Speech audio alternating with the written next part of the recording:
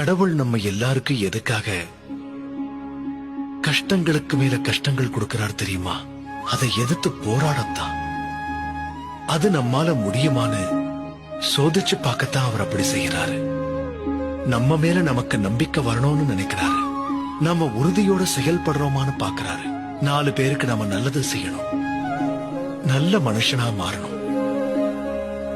நாம மாறுவோங்கிற நம்பிக்கையில தான் கஷ்டத்தையே தராரு. ஆனா இதை யாரும் புரிஞ்சுக்கிறதே இல்லை. தனக்கு வர கஷ்டத்திலிருந்து தப்பிச்சா போதும்னு ஓடுறதுலதான் இருக்கா. மனுஷனை நம்புறவன் அந்த கடவுளை இந்த விஷயத்துல நம்புறதே இல்லை. ஒருவேளை அப்படியே நம்பினாலும் சிரமம் இல்லாத வாழ்க்கை தனக்கு கிடைக்கணும்னு தான் வேண்டிக்கிறான்.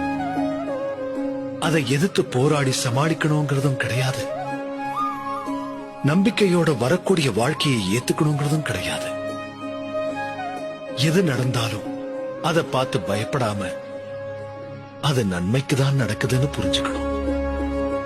என்னைக்கு இதை அவங்க புரிஞ்சுக்கிறாங்களோ அன்னைக்கு அவங்களுக்கு இந்த வாழ்க்கை குறைவில்லாத வாழ்க்கையா தெரியும்.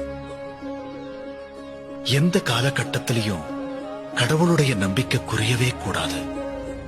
அவர் மேல நாம நம்பிக்கை வச்சாதான் வாழ்க்கையில நம்ம மேல நமக்கு நம்பிக்கை வரும்.